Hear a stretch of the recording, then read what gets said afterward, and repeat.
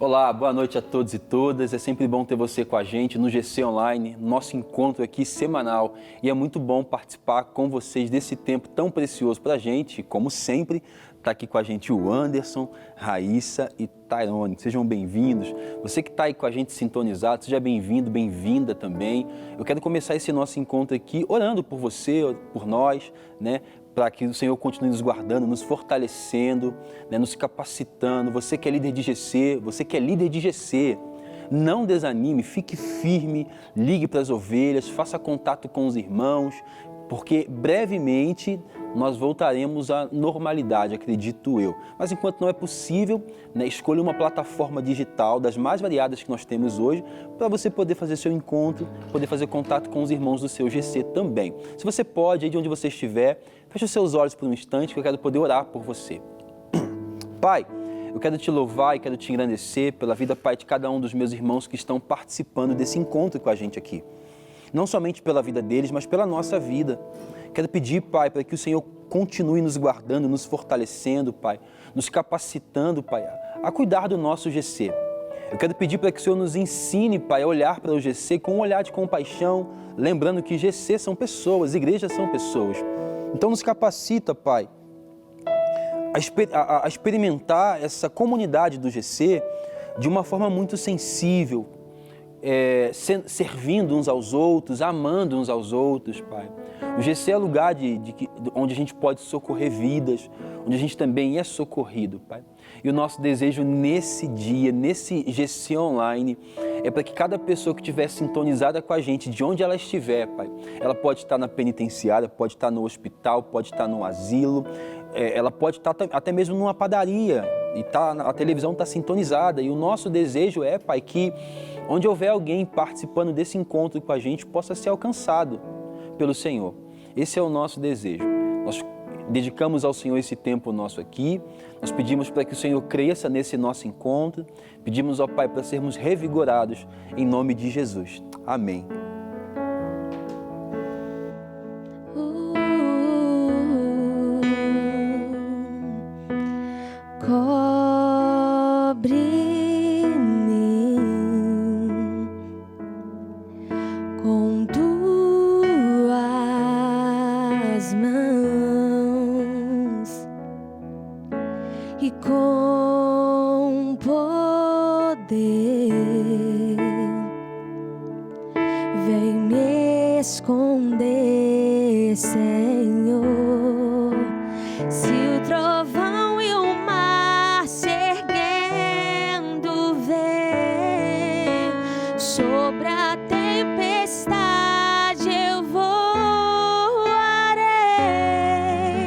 Sobre as águas tu também és Deus, eu descansarei, pois sei que és Deus.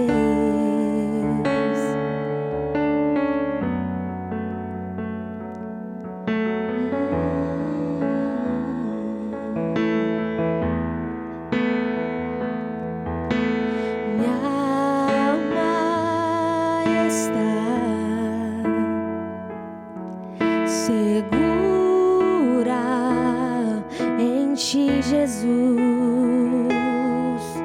e sabes bem que em Cristo vivo está.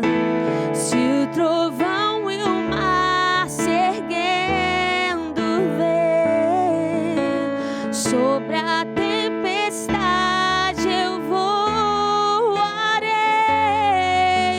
sobre as águas, tu também és Rei. Eu descansarei, pois sei que és Deus.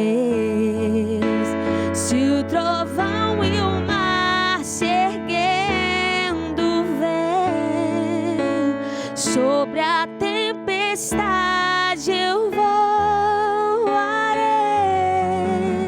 sobre as águas, tu também és Deus. Eu descansarei, pois sei que és Deus. descansarei, pois sei que és Deus. Eu descansarei, pois sei que és Deus. Aleluia. Tu és tudo, Jesus. Tu és tudo, Jesus. Nós nos rendemos a Ti.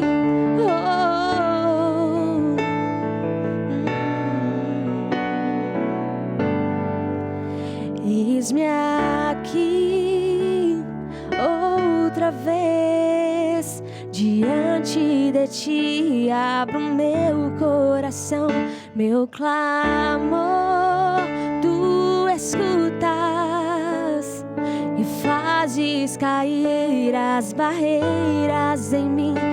És fiel, Senhor, e dizes palavras de amor, esperança sem fim. Ao sentir o Teu toque, por Tua bondade, liberta o meu ser no clamor deste lugar. Eu venho me derramar, dizer que Te amo, me derramar, dizer Te preciso, me derramar, dizer que sou grato, me derramar, dizer que és formoso,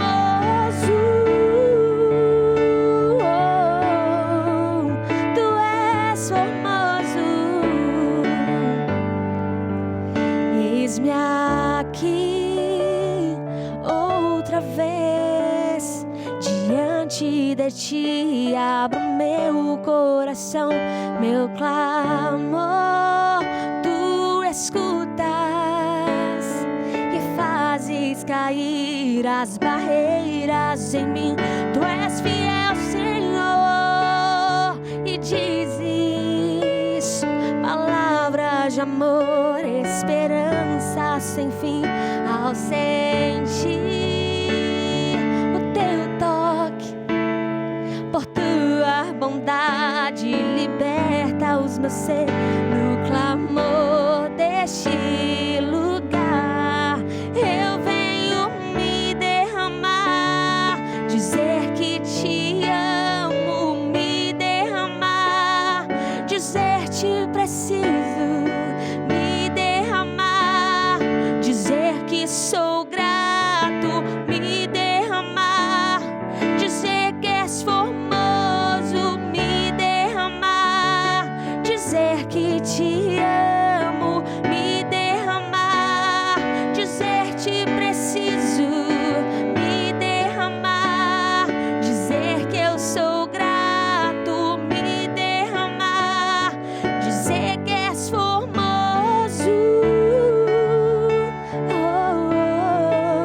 Tu és formoso, dizer que és formoso, Jesus.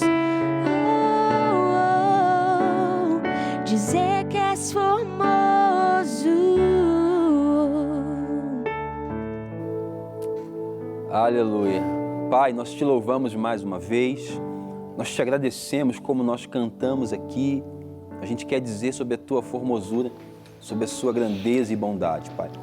Que seja um tempo bom entre nós que estamos aqui, com os que estão participando de casa, que a gente entenda o valor do GC, Pai, que a gente entenda que GC é uma plataforma para cuidarmos de vida, que a gente consiga entender nossa responsabilidade enquanto líderes de GC. Eu oro pela saúde de cada um dos nossos líderes, né, os nossos anfitriões, supervisores, superintendentes.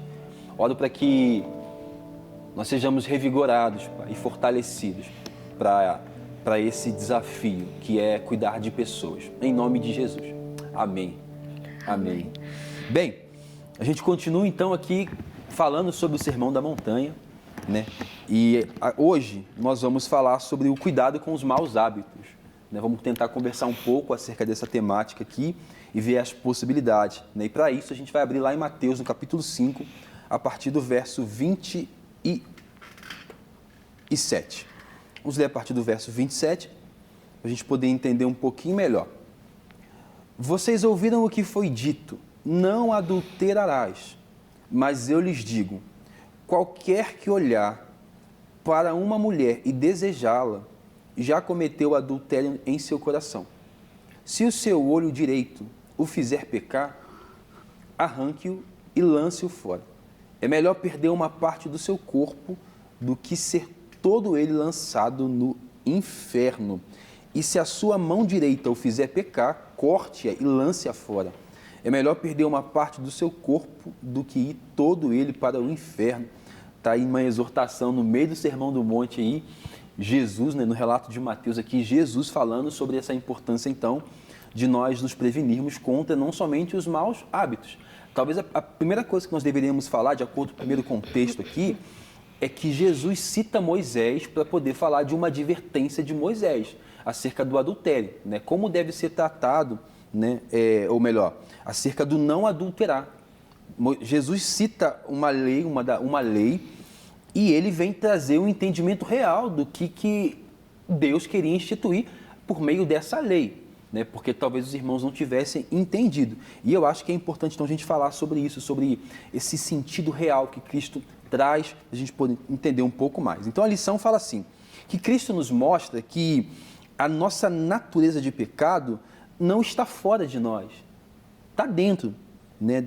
E que nós devemos desenvolver o nosso caráter como cristão, a fim de que nós consigamos abominar ou lutar contra o pecado, né? O Anderson, o que você entende já primeiro em relação a esse texto de Moisés falar, não faça isso, e Jesus vir e dar um novo significado, e também esse fato que a lição nos traz aqui, dizendo que o problema é o que está dentro, são as motivações, são as intenções, e que vem à sua cabeça. Então, primeiro é importante a gente enxergar e analisar como a gente entende a questão do pecado, né? É isso que está sendo denunciado quando Jesus ou Moisés está especificando, é sobre esse pecado. O que é o pecado em si? E Jesus está explicando que o pecado não é apenas essa ação moral que a gente está praticando, mas é uma forma muito mais ontológica. O pecado está nessa questão mais estrutural, essa questão de como nós somos formados, está na natureza humana esse pecado. Então, Cristo está falando assim, olha só para você ver, não é somente você não fazer isso que te faz você não pecar. Existe uma essência, existe uma estrutura, uma forma ontológica mesmo, da sua forma de existir, que ela é pecaminosa, você tem que frear ela. E só comigo você consegue observar, denunciar e calar esse lado, né? É como se Cristo, então, estivesse chamando a atenção dos seus ouvintes, ele cita Moisés e chama a atenção dos seus ouvintes como quem fala assim, olha, não é o externo, prestem atenção no coração de vocês, porque é lá que nascem os maus desejos, que vão levar vocês a práticas, né, pecaminosas. E é engraçado porque, então, ele nos desafia, então, a viver um cristianismo e uma fé onde ninguém está vendo. Porque se eu não faço tal ato, é para que as pessoas vejam que eu não fiz. Mas o fato de fazer ou não, para Jesus, não muda. Se no seu coração você desejar, se no seu coração você amaldiçoar, se no seu coração você odiar... Teve uma lição que nós falamos sobre o homicídio, né? Que se você matou uma pessoa no seu interior, na sua mente, no seu coração, você matou ela por fora também. Então, aqui no texto, a base que ele vai citar é quando Moisés fala sobre o adultério, né? Moisés fala para não adulterar. Ok. Talvez os irmãos daquela época, eles entenderam muito na literalidade. Então, assim, o problema, então, é adulterar. E o adultério, então, é o quê? É isso. Então, eu não vou fazer isso. Quando, na verdade, Cristo está vindo e falando assim, cuidado com as raízes. Entendeu? Porque o problema são as raízes. Raíssa, o que você entende sobre esse paralelo entre Jesus e Moisés? Moisés fala a lei, Cristo vem e percebe que o pessoal não entendeu a lei, traz um significado mais real, ele humaniza também a lei. E o que você entende também sobre essa questão aqui que a lição fala sobre esse interior, sobre esse coração, sobre o que nós pensamos dentro da gente. Então, nós lemos ali a palavra, está dizendo que se o seu olho direito te faz pecar, você arranca o seu olho. É algo bem figurativo, porque talvez você poderia arrancar o seu olho, mas com o seu coração você iria continuar pecando. Então, realmente, o Senhor traz para nós para avaliarmos o que tem dentro de nós, porque existem raízes que realmente precisam ser tiradas. E como fazer isso? Porque hábitos é algo que... Hábito é algo muito simples, é uma prática que vai crescendo no cotidiano e às vezes existem dois tipos de hábitos, vários tipos de hábitos. E um deles são os hábitos bons, que contribuem para o futuro, contribuem para você alcançar algum objetivo. E também tem aqueles hábitos nocivos, que são pequenas coisas que você vai praticando durante o seu dia a dia e aquilo vai chegar, vai moldar o seu caráter. E acaba que o hábito... ele é uma prática que se torna normal. Sim. Porque a gente vai fazendo, e é engraçado porque o hábito, né, já fala, é tão habitual, é tão normal, que às vezes é tão pequeno, mas na medida em que a gente continua fazendo, vai crescendo. Agora, uma coisa que eu reparo aqui na palavra, antes de eu falar, o Anderson queria falar...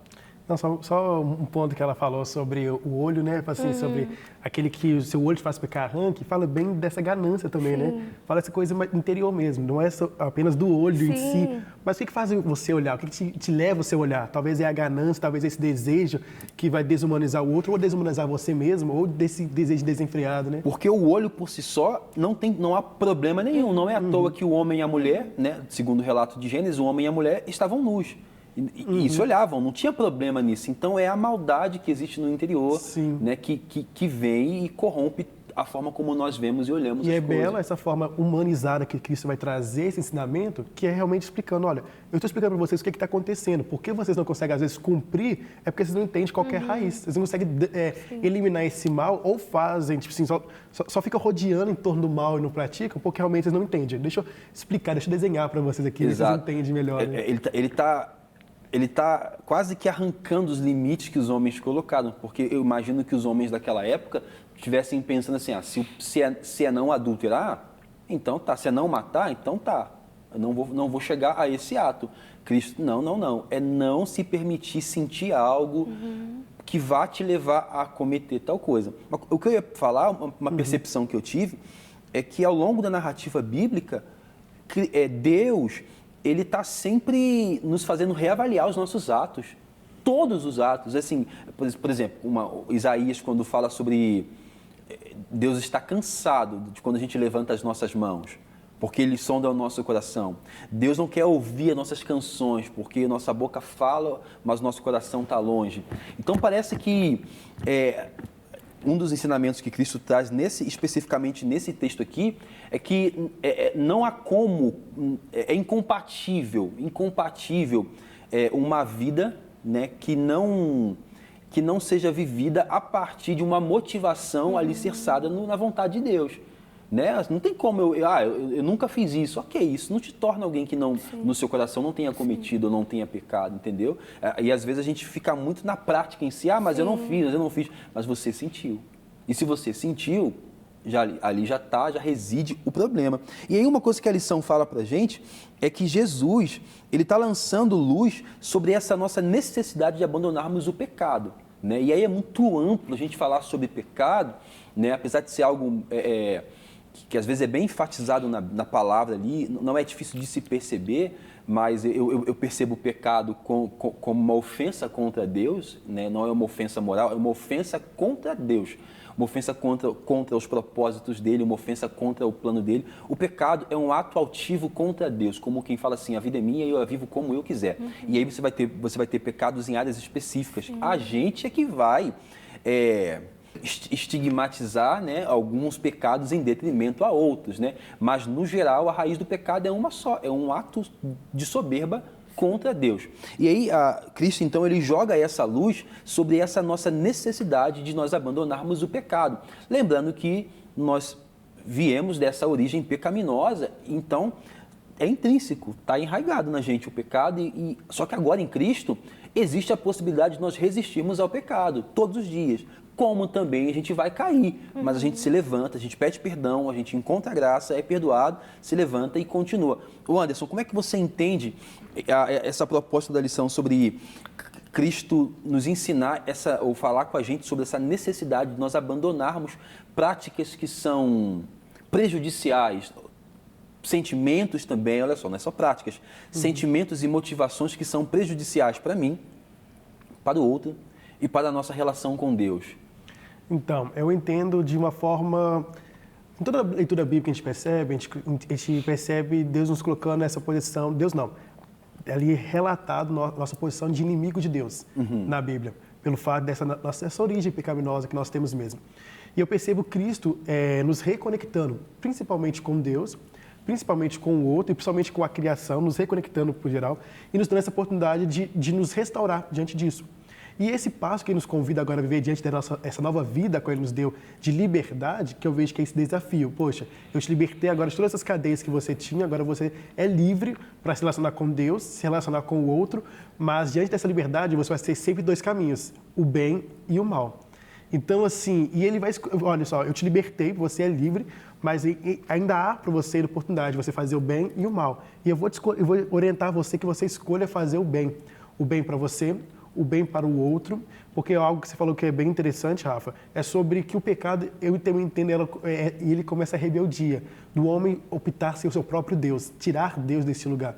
Então, assim, é colocar Deus nesse novo lugar e ele dá as origens, e ele que dá as direções, é ele que ser esse sustentador da minha vida, sustentador da minha fé, é esse que vai fazer que o outro seja vivo para mim, assim como eu também me torno vivo novamente diante dele. É como se o pecado, então, tanto o pecado dos sentimentos e pensamentos e as práticas, nascesse de um coração que diz assim, eu não preciso de você, Deus.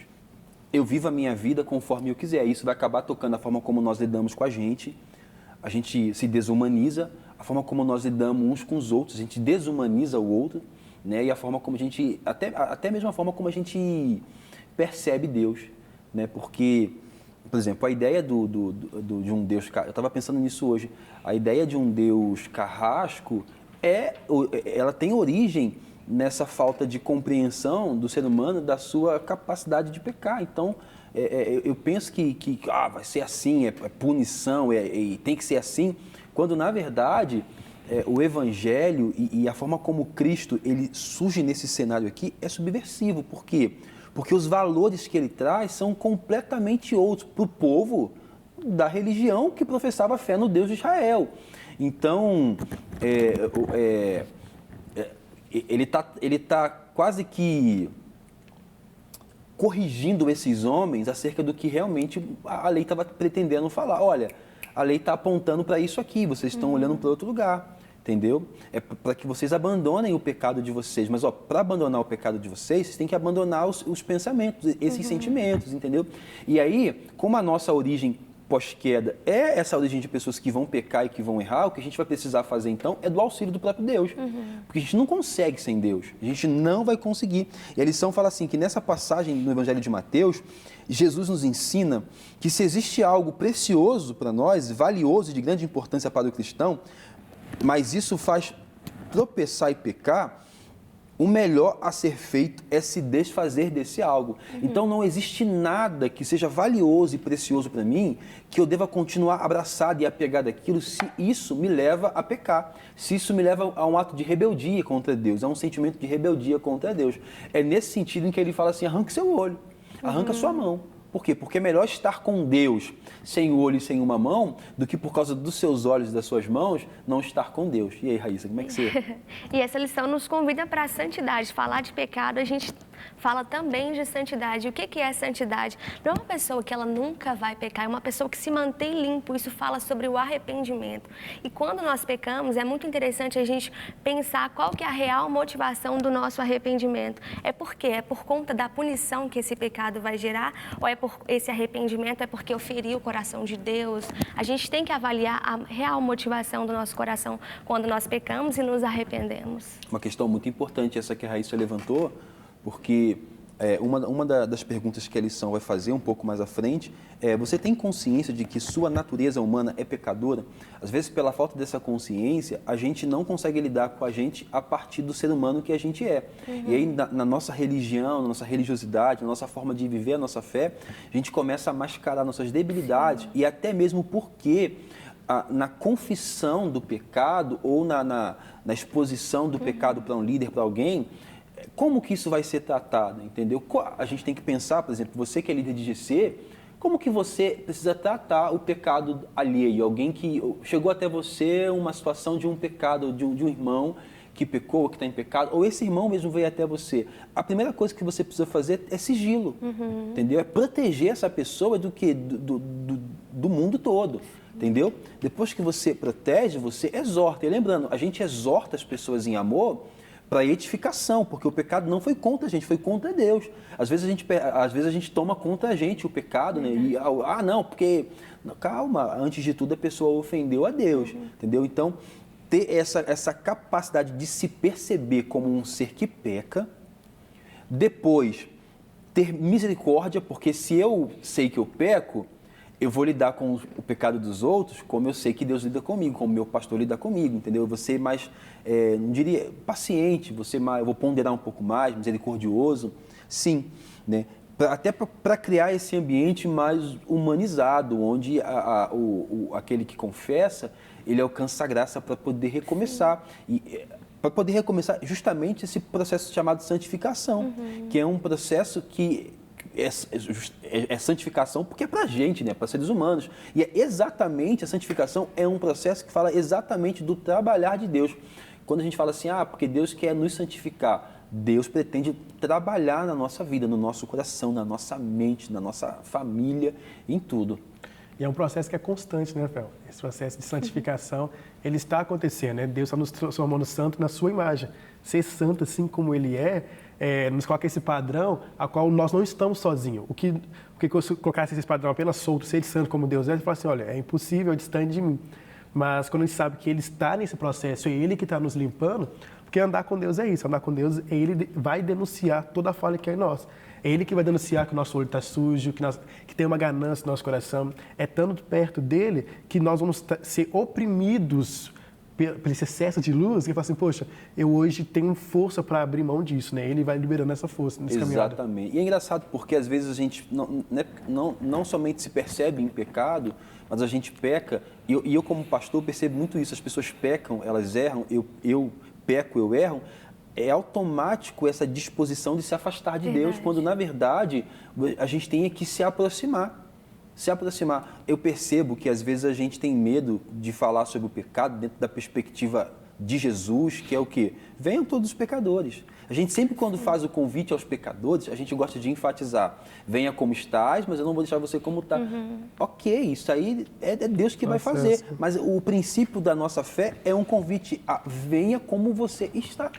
Quanto tempo que isso vai levar? Um tempo de um processo, entendeu? Sim. Então, até mesmo para os nossos G6, né? Para a nossa igreja local, a gente poder ter um pouco mais de temperança, um pouco mais de paciência com o processo de libertação, de transformação, de conversão na vida do outro. Porque senão também a gente cria um ambiente divinizado onde qualquer demonstração de um ser humano que está ali, né, por exemplo, se o pastor falar, mas eu errei, aquela decepção. Então, no contexto de igreja e de GC, o ideal é nós criarmos um ambiente tão humanizado.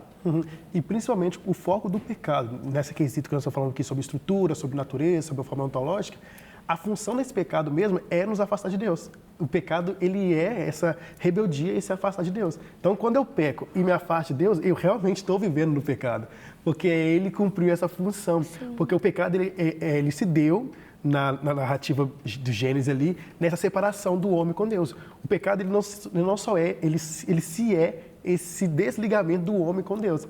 Então, toda vez que eu me sinto pecado e eu estou me afastando de Deus, eu estou me enfiando cada vez mais nesse pecado. Exatamente. Porque estar no pecado é quando Deus não está no controle da minha vida. É isso que eu entendo. Se eu estou numa prática moral que eu vejo ao meu olhar que é ruim, mas se eu estou me reconectando com Deus, se me aproximando com Deus, eu entendo que nesse processo eu vou conseguindo vai saber o tempo, quando isso.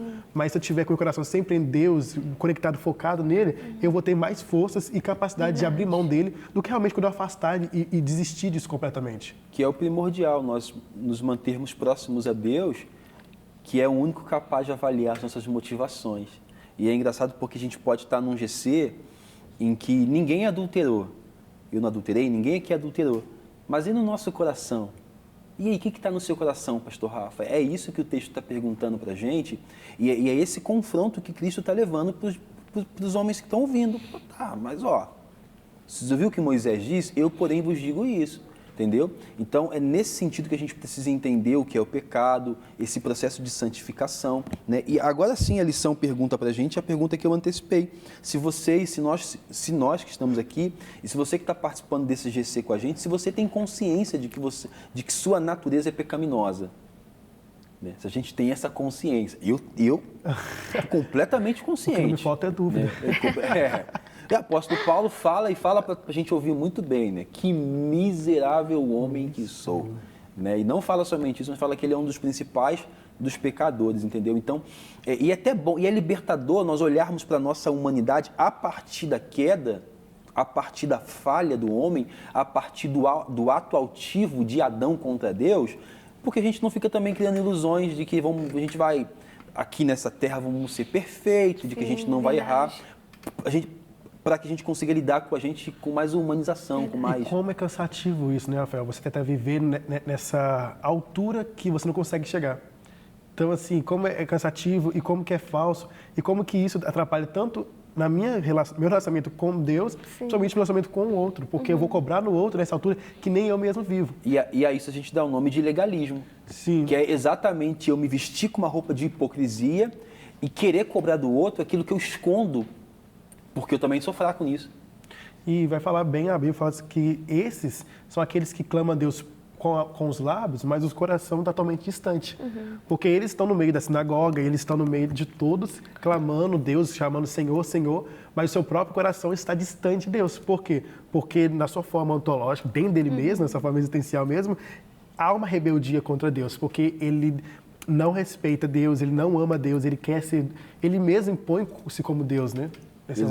Exatamente. E aí a lição fala assim, que a questão toda, ela gira em torno do cristão compreender o estado em que seu coração se encontra. Isso é uma verdade, a gente deveria fazer... Eu estou lendo um livro aí, que é a Imitação de Cristo, e o autor ele fala exatamente isso, que ao levantar eu deveria fazer um autoexame, e antes de dormir eu deveria fazer um exame, para eu poder perguntar quem eu ofendi hoje com as minhas ações, com os meus pensamentos. Quem que eu machuquei hoje com as minhas ações e meus pensamentos? Né? Quais os pecados que eu cometi com as minhas ações, com os meus pensamentos e ações? Então, perceber, a gente tentar se conhecer mais, porque assim, por exemplo, se isso aqui é um problema para mim, eu me conhecendo o meu coração, eu me desvio disso. Eu peço a graça de Deus para Ele me fortalecer, para eu seguir por um outro caminho. Às vezes falta esse autoconhecimento também, né, Anderson? Sim. Você falando de autores, eu esqueci o autor agora, por certo, mas ali na década, no século XVI, século XVII, esse autor, ele listava, todo dia que ele acordava, ele tinha o costume de listar todos os pecados que ele cometeu no dia. Aí ele guardava aquela lista. No outro dia, ele listava. Aí depois ele faz uma comparação. Se havia pecados iguais, se ele avançou em algum e se ele fez em menos. Óbvio que não é para a gente fazer isso como regra. Mas eu peguei esse exemplo, essa prática como exemplo, para a gente avaliar que o intuito dele era uma coisa até certa a gente se fazer de uma forma mais natural, mais leve, não precisava ficar listando assim. Mas, tipo assim, poxa, será que eu avancei? Será que aquilo que me dominava um tempo atrás, eu consegui me libertar disso? Será que eu reduzi a maldade que há em mim? Será que quanto de crise que eu estou tendo, que está saindo de maldade em mim, eu consigo projetar isso nas minhas práticas, né? E exatamente, talvez, esse ponto que você tocou, que seja o real problema. É que esse distanciamento de Deus, que nos leva a viver uma vida de pecado, né? Ou viver uma vida ignorando Deus, é exatamente o que negligencia a gente de apresentar Jesus, entendeu? Então, qual que é o problema do pecado? O pecado, ele nos envergonha de ver quem a gente é. O pecado, o nosso pecado envergonha o outro de ver em nós quem ele é. E o pecado, ele nos distancia daquela nossa capacidade em Cristo de apresentar quem Deus é. Então, faz-se necessário que a gente, então, veja o que a gente tem valorizado, porque aqui é o olho e a mão. Se o teu olho e tua mão te fazem pecar, arranque-os. Ou seja, se tem algo na tua vida que você julga ser importante, mas que está te distanciando de Deus, está manchando o seu testemunho, não está apresentando Cristo para o seu semelhante, está te colocando numa crise porque você não consegue aceitar que você é gente. E eu falo isso porque é verdade. Né? A gente precisa entender que nós somos seres humanos, entendeu? Ah, mas é uma fofoquinha. É pecado. Né? Mas eu não consigo, é mais forte que eu. Ok, se arrepende, confessa e começa uma caminhada, não, mas é pecado. Porque de outra forma também, a gente começou a classificar, né? E aí nós classificamos os pecados e classificamos as pessoas, consequentemente. É verdade. Né? Eu louvo a Deus porque eu não sou igual a você, porque eu faço isso aqui, é bem menor, você faz aquilo ali. Na raiz, a motivação é a mesma. Né? Aqui fora, como nós julgamos, não. Aqui fora, como a justiça vai julgar um crime, não. Mas a raiz é, eu não quero que Jesus governe a minha vida. O interessante é que o primeiro discurso, a primeira pregação pública de Jesus foi o convite ao arrependimento. Só se entra no reino a partir do arrependimento, a partir dessa consciência que eu estou errado, a partir dessa consciência que eu sou o pecador e que eu preciso me arrepender. Arrepender de quê? Arrepender de tudo mesmo, arrepender dessa rebeldia que eu tenho para com Deus, não de um pecado si ou outro, né? Já se aproxima de Deus assim, eu tô todo errado, Deus. Estou todo errado, assim, quebra... Que é exatamente a figura de Jeremias e a figura de várias outras passagens bíblicas, quebra o vaso todo. Não, todo, quebra tudo, nada tem proveito, faz um vaso novo, que é exatamente o que a gente precisa. E quando o texto fala pra gente, né, que acho que é Ezequiel, Deus fala assim, Deus promete por meio do profeta, eu dar-vos-ei um coração de carne, vou arrancar esse coração de pedra de vocês, é esperança para nós. Quando o apóstolo Paulo fala em 2 Coríntios, capítulo 5, verso 17, e assim que se alguém está em Cristo, nova criatura é, as coisas velhas se passaram e tudo se fez novo. Quando eu ouvi esse texto lá no começo da minha caminhada, eu pensei que eu fosse agora divino. Falei, opa, não vou errar mais, não vou pecar mais, porque eu sou nova criatura. Sim e não. Eu sou novo na disposição de obedecer, de agradar a Deus, de viver com Ele. Eu sou antigo no que diz respeito ao ser humano. Eu continuo na mesma carne. Então, o que é o processo? Aqui na lição ela fala assim, um ponto de vista inadequado a respeito do pecado é a grande causa da falta de santidade. Né? Então, assim, primeira coisa que a gente tem que entender o que é santidade, né? Para depois entender a importância dela na vida cristã. Porque a gente pensa a santidade como um subterfúgio, uma forma de dizer, eu consegui por mim mesmo. Não vai, entendeu? Santidade é um processo de submissão, de humildade, de um coração que reconhece, eu não consigo sozinho. Lembra de Moisés, quando Deus pede para que ele leve o povo até a terra? Ele fala assim, eu não vou a lugar nenhum se o Senhor não for comigo. Não vou. Mas ele tinha perna. Deus estava aparecendo na nuvem, ele não iria, entendeu? E eu acho exatamente que a gente, às vezes...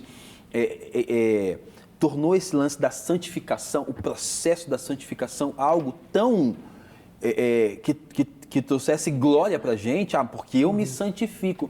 Quando, na verdade, a parte que cabe a gente é estar de joelho, constantemente reconhecendo assim, Senhor, se o Senhor não intervir na minha vida, eu vou escolher o que é mal. A gente acha que esse processo da santificação ele é muito unilateral, que ele sempre parte de nós.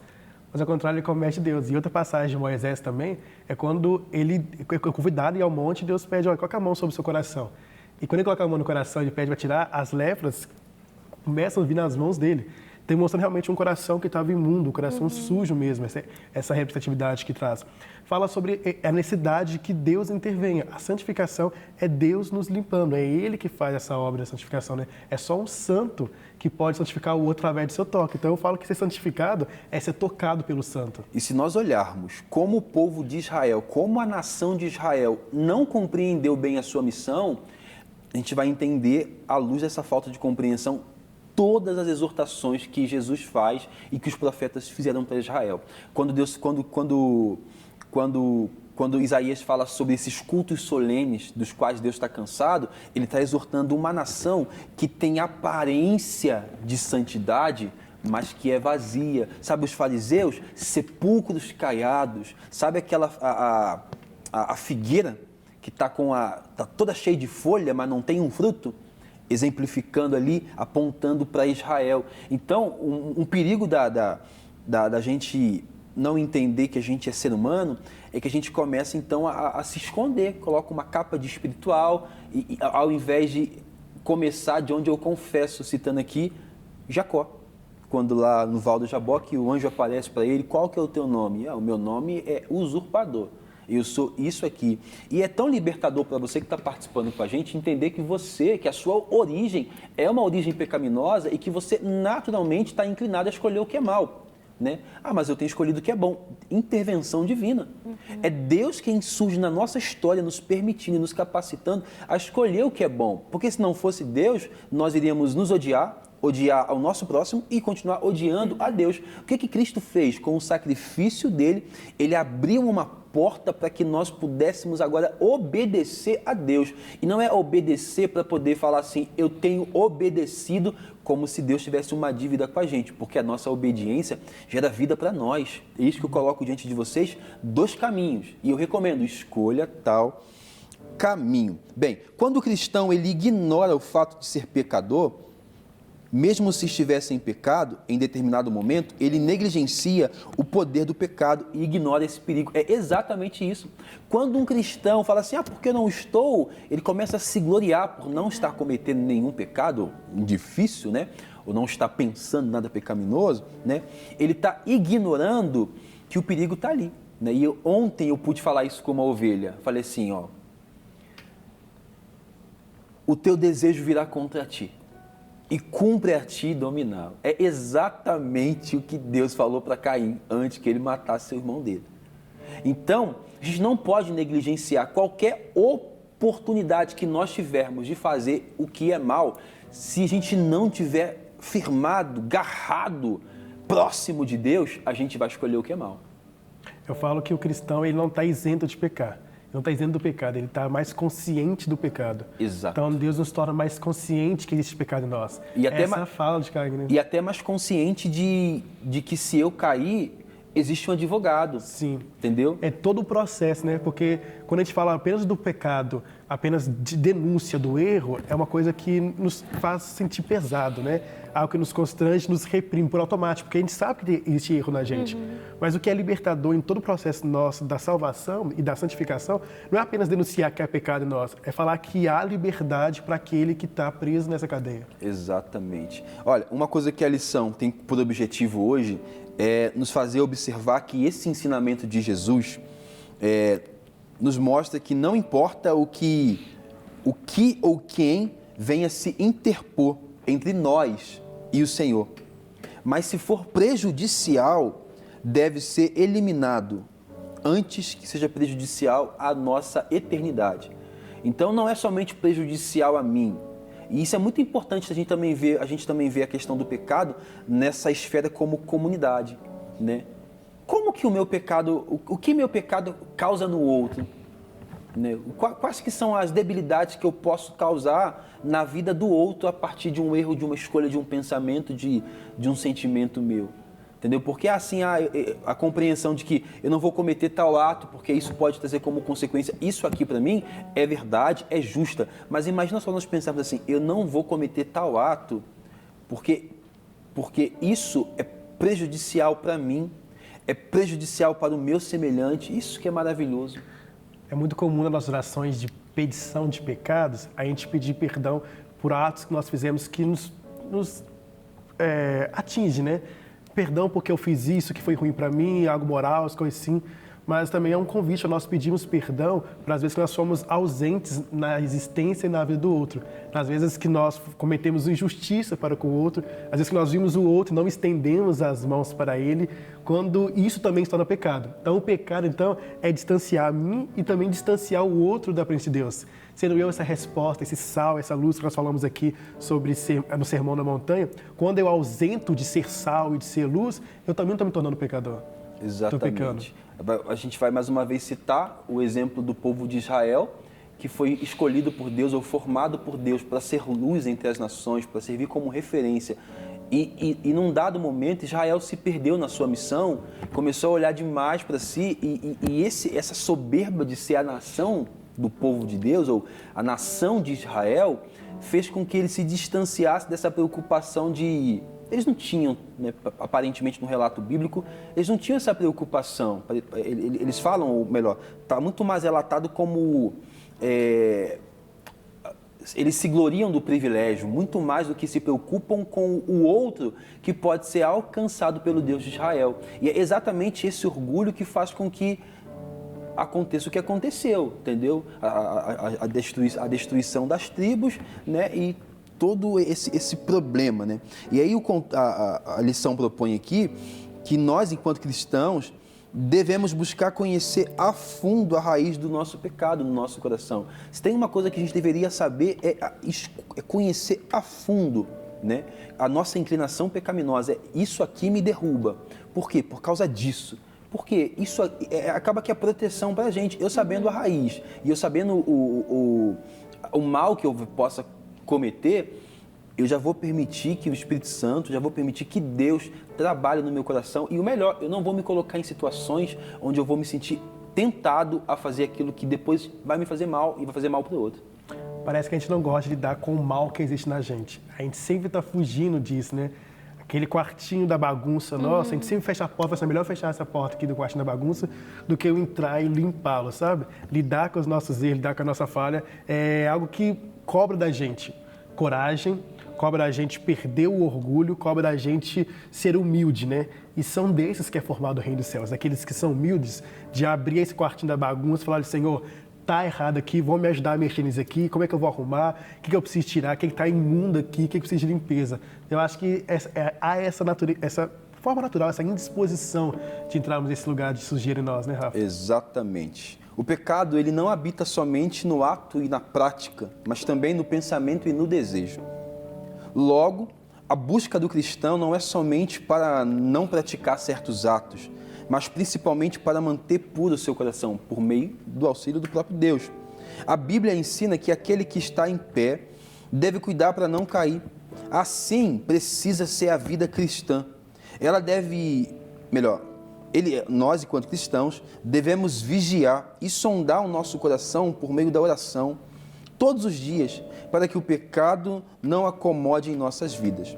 O cristão é uma nova criatura e deve viver uma novidade de vida, buscando santidade. Essa é a proposta da lição de hoje, falar que nós precisamos viver uma vida que glorifica a Deus. Eu entendo isso, né? O que é a busca por lutar contra o pecado? É buscar viver uma vida que glorifique a Deus, que não mancha o testemunho, que não torne a cruz ridícula, que não exponha Jesus à vergonha, né? Mas eu também quero dizer para você que se existe um lugar que, por uma definição minha, é um lugar apropriadíssimo para você que é um pecador, uma pecadora, é a igreja. Igreja é lugar de pecadores, né? E durante muito tempo a gente fala sobre a questão de permitida a entrada de pessoas imperfeitas, né? E isso é muito fácil quando a gente fala. Na prática, nós estamos estudando Coríntios, na prática a gente percebe que a gente não sabe, não tem paciência para lidar com o pecado, com o pecador, né? Então você que participa de um GC, você que está participando desse GC online, a gente quer dizer para você que você é bem-vindo a qualquer uma de nossas comunidades locais. Qualquer uma. Ah, mas eu fui muito longe, mas eu cometi tal pecado, mas eu... Sim. Se Deus teve poder para alcançar o pastor Rafa, para alcançar o pastor Márcio, Ele tem poder para te alcançar também. Se Deus operou e opera uma transformação em mim, no Anderson, na Raíssa, no Tairone, por que não fazer em você?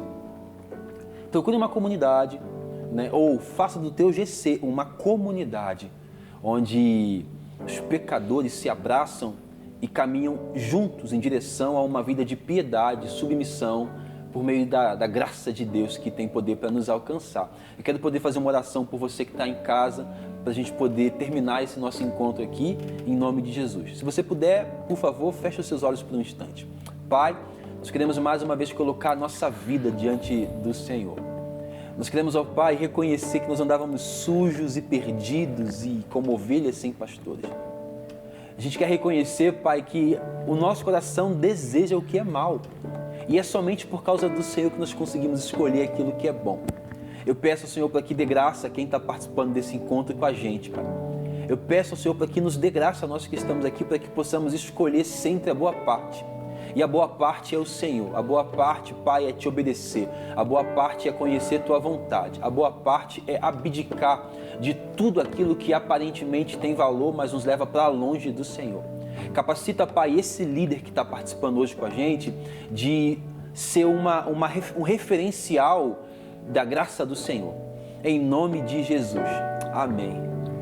Eu venho me derramar, dizer que te amo, me derramar, dizer te preciso, me derramar, dizer que sou grato, me derramar, dizer que és formoso.